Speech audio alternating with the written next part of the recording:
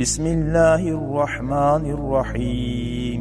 Allahümme zeyyinni fihi bis-sitri vel-afaf. Vasturni fihi bilibasil kunu'i vel-kefaf. Vahmilni fihi alel-adli vel-insaf. وآمني فيه من كل ما أخاف بعصمتك يا عصمة الخائفين. 12-ci günün duası. İlahi, bu ayda məni həya və iffətlə zinətləndir.